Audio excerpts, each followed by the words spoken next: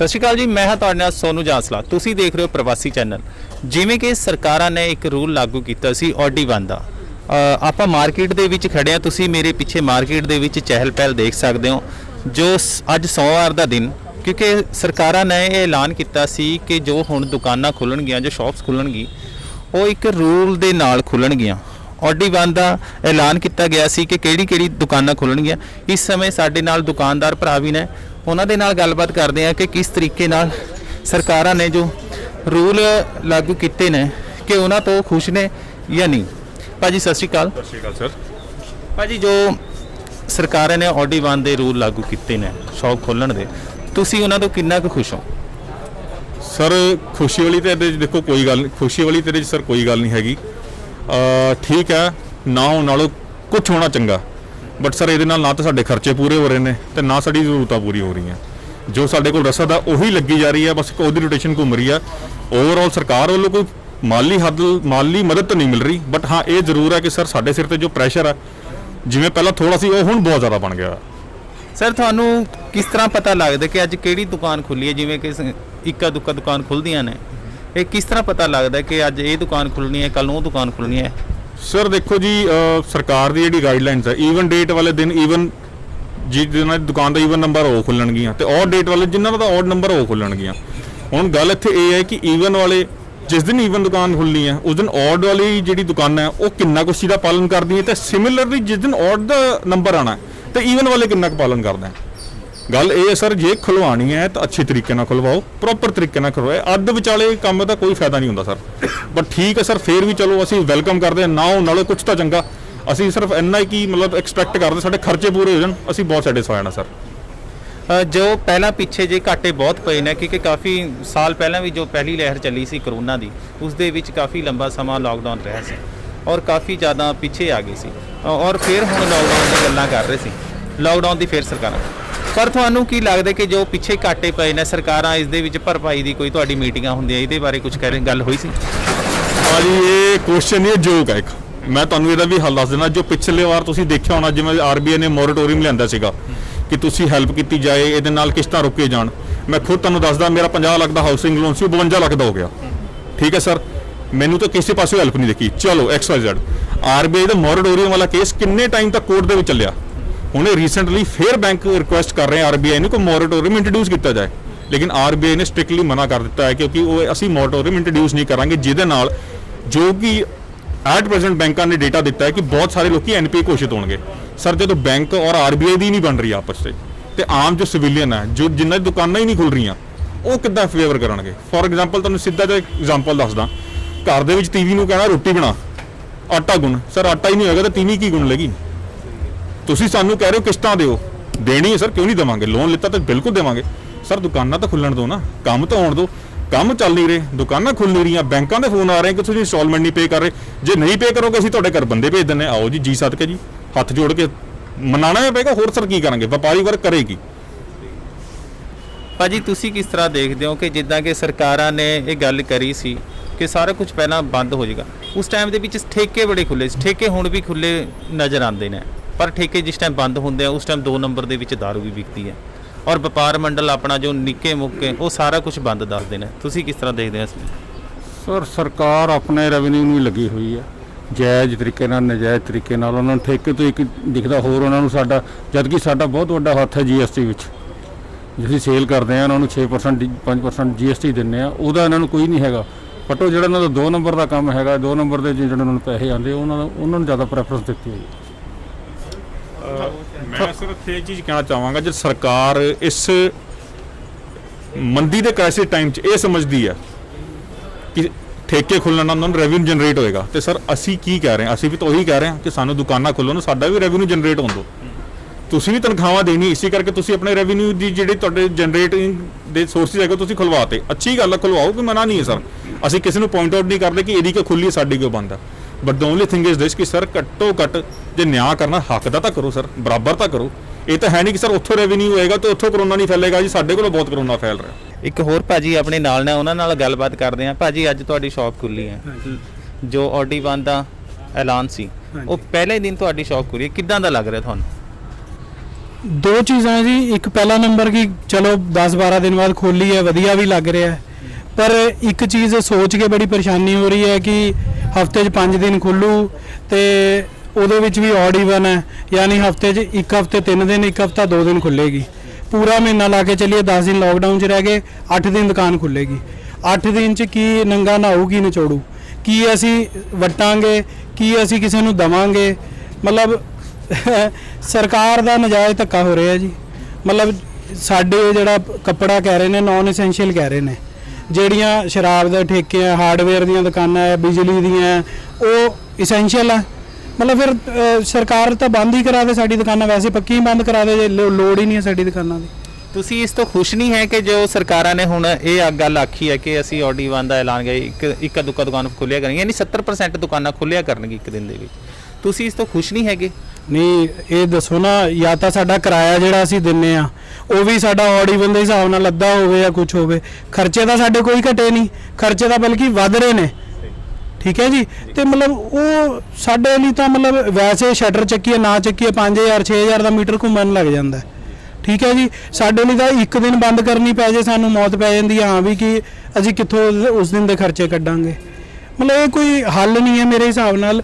ਹੱਲ ਕਰਨਾ ਤਾਂ ਉਹ ਤਰੀਕੇ ਨਾਲ ਕਰਨ ਜਿੱਥੇ ਭੀੜ ਵਾਲੀਆਂ ਜਗ੍ਹਾ ਹੈ, ਔਰ ਮੰਡੀਆਂ ਨੇ, ਹੋਰ ਆ, ਉਹ ਚੀਜ਼ਾਂ ਬੰਦ ਕਰ ਦੇਣ। ਮਤਲਬ ਸਾਡੀ ਦੁਕਾਨ ਦੇ ਵਿੱਚ ਕੋਈ ਭੀੜ ਨਹੀਂ ਲੱਗਣੀ, ਕੁਝ ਨਹੀਂ। ਸਾਡੇ ਤਾਂ ਇੰਪਲੀਮੈਂਟ ਕਰਨ ਕਿ ਸਟ੍ਰਿਕਟਲੀ ਕਿ ਤੁਸੀਂ ਸੋਸ਼ਲ ਡਿਸਟੈਂਸ ਮੇਨਟੇਨ ਰੱਖਣਾ ਜਾਂ ਹੋਰ ਹੈ, ਕਰਨ ਵਾਲੀਆਂ ਚੀਜ਼ਾਂ ਕਰਨ।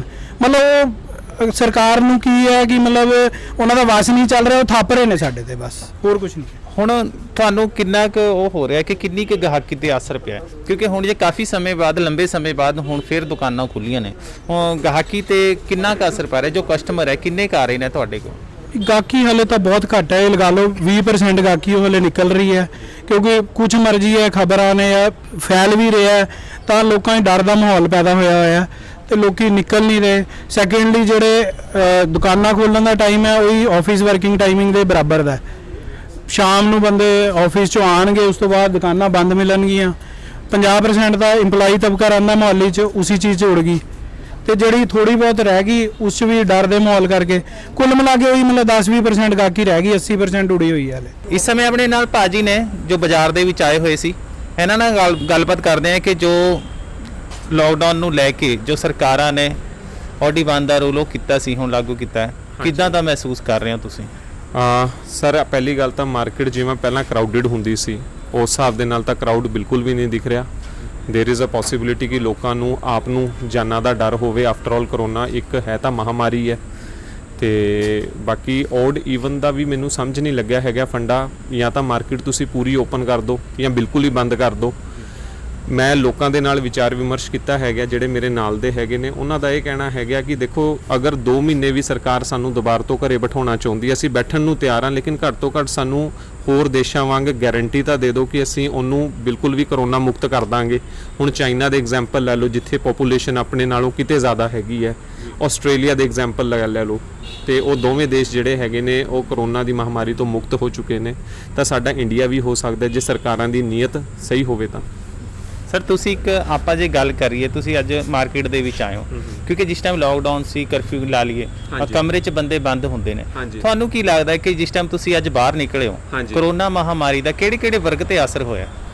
ਦੇਖੋ ਮੈਂ ਤਾਂ ਐਜੂਕੇਸ਼ਨ ਇੰਡਸਟਰੀ ਤੋਂ ਸੰਬੰਧਿਤ ਹੈਗਾ, ਤਾਂ ਮੈਂ ਉਸ ਤੋਂ ਰਿਲੇਟਡ ਹੀ ਤੁਹਾਡੇ ਨਾਲ ਗੱਲ ਕਰ ਸਕਦਾ। ਜਿਵੇਂ ਮੰਨ ਕੇ ਚੱਲੋ ਐਜੂਕੇਸ਼ਨ ਨੂੰ ਇਹਨਾਂ ਨੇ ਆਨਲਾਈਨ ਕਰਤਾ, ਤਾਂ ਜਿਹੜੀਆਂ ਰੈਲੀਆਂ ਇਹਨਾਂ ਨੇ ਇਲੈਕਸ਼ਨ ਦੇ ਦੌਰਾਨ ਕੱਢੀਆਂ ਨੇ ਕਿ ਉਹਨਾਂ ਦੀ ਕੈਂਪੇਨ ਫੇਸਬੁੱਕ ਜਾਂ ਇੰਸਟਾਗ੍ਰਾਮ ਦੇ ਥਰੂ ਨਹੀਂ ਕਰ ਸਕਦੇ ਸੀ ਇਹ, ਕਿਉਂਕਿ ਜੋ ਵੀ ਇਹ ਹੁਣ ਅੱਜ ਹੋ ਰਿਹਾ ਹੈ ਇਹ ਰਿਜ਼ਲਟ ਤਾਂ ਰੈਲੀਆਂ ਦਾ ਹੀ ਹੈਗਾ।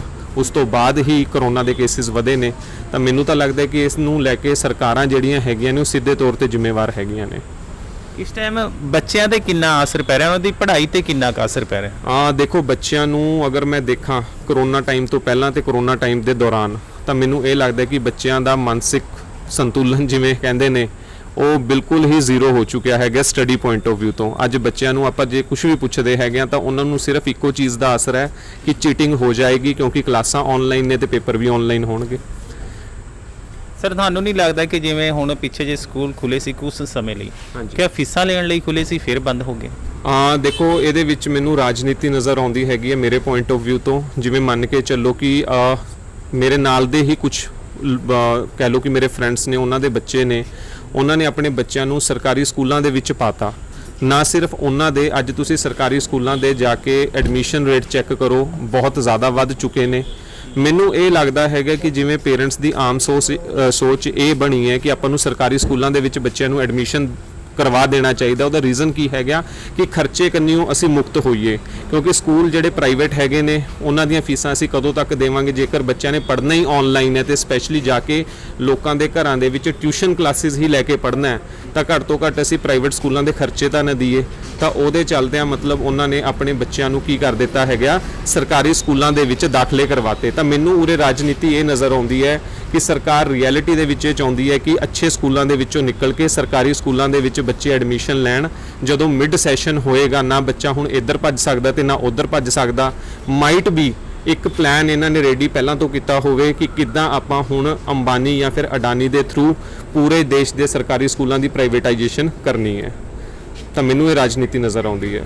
ਤੁਹਾਨੂੰ ਕੀ ਲੱਗਦਾ ਹੈ ਕਿ ਜੋ ਸਰਕਾਰਾਂ ਇਹ ਕਰ ਰਹੀਆਂ ਨੇ, ਜੋ ਸਿੱਖਿਆ ਵਿਭਾਗ ਤੇ ਉਹ ਗੱਲ ਕਰੀਏ ਕਿ ਜਾਣਬੁੱਝ ਕੇ ਕਰ ਰਹੀਆਂ ਨੇ, ਜੋ ਪ੍ਰਾਈਵੇਟ ਸਕੂਲਾਂ ਬਿਲਕੁਲ। ਉਹ ਕਰਕੇ, ਕਿਉਂਕਿ ਦੇਖੋ ਜਿਹੜੇ ਛੋਟੇ ਮਜੋਲੇ ਸਕੂਲਸ ਹੈਗੇ ਨੇ ਜਾਂ ਕਾਰੋਬਾਰੀ ਹੀ ਤੁਸੀਂ ਕਹਿ ਲਓ ਕਿ ਚਾਹੇ ਕਾਸੇ ਵੀ ਚੀਜ਼ ਦਾ ਕਿਉਂ ਨਹੀਂ ਹੈਗਾ, ਉਹ ਬਰਬਾਦ ਹੋ ਚੁੱਕੇ ਨੇ। ਅੱਜ ਤੋਂ ਮੈਂ 3-4 ਸਾਲ ਪਹਿਲਾਂ ਗੱਲ ਸੁਣੀ ਸੀ ਇੱਕ ਬਜ਼ੁਰਗ ਤੋਂ, ਉਹਨਾਂ ਨੇ ਕਿਹਾ ਸੀ ਦੇਖੋ ਜੀ ਅੱਜ ਤਾਂ ਆਪਾਂ ਨਿਊਜ਼ ਸੁਣਦੇ ਹਾਂ ਕਿ ਕਿਸਾਨ ਲੋਕ ਆਤਮ ਹੱਤਿਆ ਕਰਦੇ ਨੇ, ਤੁਸੀਂ 2-3 ਸਾਲ ਕਹਿੰਦੇ ਰੁਕ ਜਾਓ, ਮੋਦੀ ਸ਼ਾਸਨ ਦੇ ਵਿੱਚ ਕਹਿੰਦੇ ਆਪਣੇ ਵਰਗੇ ਕਾਰੋਬਾਰੀ ਵੀ ਸੁਸਾਈਡ ਕਰਨਾ ਸਟਾਰਟ ਕਰ ਦੇਣਗੇ। ਔਰ ਮੈਨੂੰ ਨਜ਼ਰ ਆ ਵੀ ਰਿਹਾ ਆਉਣ ਵਾਲਾ ਸਮਾਂ ਬਹੁਤ ਬੁਰਾ ਹੈਗਾ। ਬੈਟਰ ਇਹ ਹੈਗਾ ਕਿ ਤੁਸੀਂ ਸੈਲਫ ਡਿਪੈਂਡੈਂਟ ਬਣੋ, ਸਰਕਾਰਾਂ ਤੋਂ ਬਿਲਕੁਲ ਵੀ ਆਸ ਨਾ ਕਰੋ ਕਿਉਂਕਿ ਸਰਕਾਰਾਂ ਬਹੁਤ ਨਿਕੰਮੀਆਂ ਨੇ ਆਪਣੇ ਦੇਸ਼ ਦੀਆਂ। ਤਾਂ ਸ਼ਾਇਦ ਮੈਨੂੰ ਲੱਗਦਾ ਹੈਗਾ ਕਿ ਜਿਹੜਾ ਵਰਡ ਹੈਗਾ ਬ੍ਰੇਨ ਐਂਡ ਡਰੇਨ, ਮਤਲਬ 12ਵੀਂ ਕਰਕੇ ਲੋਕੀ ਬਾਹਰ ਪੜਨ ਚਲੇ ਜਾਂਦੇ ਨੇ, ਬਾਹਰ ਦੇ ਹੀ ਕਲਚਰ ਨੂੰ ਅਪਣਾਉਂਦੇ ਨੇ। ਤਾਂ ਉਹ ਉਹਨਾਂ ਦੀ ਸੋਚ ਬਹੁਤ ਸਹੀ ਹੈਗੀ ਹੈ ਕਿ ਇਸ ਦੇਸ਼ ਤੋਂ ਜੇ ਤੁਸੀਂ ਕੁਝ ਹਾਸਲ ਨਹੀਂ ਕਰ ਪਾ ਰਹੇ ਹੋ, ਬੈਟਰ ਹੈਗਾ ਕਿ ਇਸ ਦੇਸ਼ ਨੂੰ ਤੁਸੀਂ ਟਾਈਮਲੀ ਛੱਡ ਕੇ ਚਲੇ ਜਾਓ।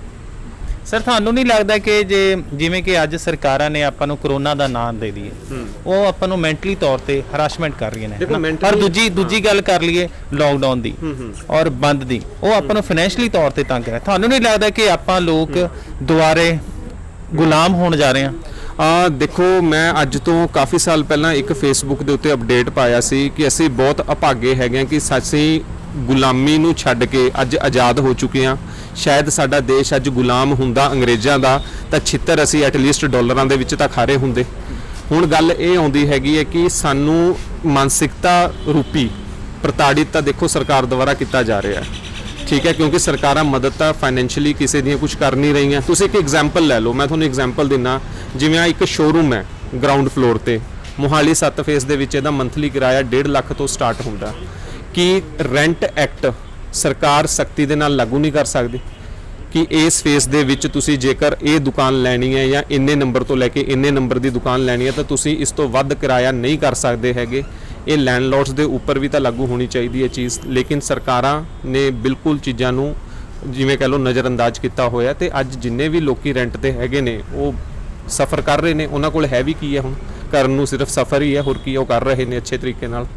ਸਰ ਲਾਸਟ ਸਵਾਲ ਲਵਾਂਗੇ, ਤੁਹਾਡਾ ਇੱਕ ਨਾਂ ਦੱਸ ਦੇਣਾ ਤੇ ਕਰੋਨਾ ਮਹਾਮਾਰੀ ਨੂੰ ਤੁਸੀਂ ਕਿਸ ਤਰੀਕੇ ਨਾਲ ਦੇਖ ਰਹੇ ਹੋ? ਕਿਉਂਕਿ ਅੱਜ ਨਾ ਸ਼ਮਸ਼ਾਨ ਘਾਟਾਂ ਦੇ ਵਿੱਚ ਯਾਨੀ ਜਗ੍ਹਾ ਨਹੀਂ ਮਿਲ ਰਹੀ ਫੁੱਕਣ ਲਈ, ਕਿਸ ਤਰ੍ਹਾਂ ਦੇਖਦੇ? ਮੇਰਾ ਨਾਮ ਪਹਿਲੀ ਗੱਲ ਪ੍ਰਭਜੋਤ ਸਿੰਘ ਹੈ ਤੇ ਕਰੋਨਾ ਮਹਾਮਾਰੀ ਦੇਖੋ ਮੈਂ ਨਹੀਂ ਕਹਿੰਦਾ ਹੈਗਾ ਕਿ ਇਹ ਕੋਈ ਛੋਟੀ ਮਹਾਮਾਰੀ ਹੈਗੀ ਹੈ। ਲੋਕੀ ਆਖਰ ਮਰ ਰਹੇ ਨੇ, ਜਿਨ੍ਹਾਂ ਦੇ ਘਰਾਂ ਦੇ ਵਿੱਚ ਦੇਖੋ ਮੌਤ ਹੋ ਰਹੀ ਹੈ, ਅਸਲੀ ਲੋਸ ਤਾਂ ਉਹਨਾਂ ਨੂੰ ਪਤਾ ਹੈ। ਹੁਣ ਸਾਡੇ ਵਰਗੇ ਲੋਕੀ ਹਜੇ ਤੱਕ ਇਹਦੇ ਤੋਂ ਨਾ ਤਾਂ ਇਫੈਕਟ ਹੋਏ ਔਰ ਰੱਬ ਨਾ ਕਰੇ ਅਸੀਂ ਹੋਈਏ ਵੀ, ਪਰ ਜੇ ਐਸਾ ਹੁੰਦਾ ਹੈ ਤਾਂ ਆਬਵੀਅਸਲੀ ਸਾਨੂੰ ਵੀ ਸਫਰ ਤਾਂ ਕਰਨਾ ਹੀ ਪਏਗਾ ਕਿਉਂਕਿ ਇਹਦਾ ਅੰਤ ਨਹੀਂ ਹੈਗਾ। ਸੋ ਥੈਂਕ ਯੂ ਜੀ। ਸੋ ਆਪਾਂ ਭਾਜੀ ਨਾਲ ਗੱਲਬਾਤ ਕੀਤੀ, ਬਹੁਤ ਵਧੀਆ ਗੱਲਾਂ ਕੀਤੀਆਂ, ਵਿੱਦਿਆ ਤੇ ਗੱਲ ਕਰ ਲਈਏ, ਸਿੱਖਿਆ ਦੀ ਗੱਲ ਕਰ ਲਈਏ ਔਰ ਕਰੋਨਾ ਦੀ ਗੱਲ ਕਰ ਲਈਏ। ਇਹਨਾਂ ਨੇ ਇਹੀ ਗੱਲ ਆਖੀ ਕਿ ਆਪਾਂ ਦੁਆਰਾ ਫਿਰ ਸ਼ਾਇਦ ਪਿੱਛੇ ਵੱਲ ਜਾ ਰਹੇ ਹਾਂ, ਗੁਲਾਮ ਹੋਣ ਦੀ ਸਥਿਤੀ ਆ ਗਈ ਹੈ ਕਿਉਂਕਿ ਸਰਕਾਰਾਂ ਆਪਾਂ ਨੂੰ ਮੈਂਟਲੀ ਤੌਰ ਤੇ ਵੀ ਦਬਾ ਰਹੀਆਂ ਨੇ ਔਰ ਫਾਈਨੈਂਸ਼ਲੀ ਤੌਰ ਤੇ ਵੀ। ਸੋ ਹੁਣ ਮੈਨੂੰ ਦੇ ਇਜਾਜ਼ਤ, ਮੈਂ ਹਾਂ ਤੁਹਾਡੇ ਨਾਲ ਸੋਨੂ ਜਾਂਸਲਾ, ਦੇਖਦੇ ਰਹੋ ਪ੍ਰਵਾਸੀ ਚੈਨਲ। ਸਤਿ ਸ਼੍ਰੀ ਅਕਾਲ।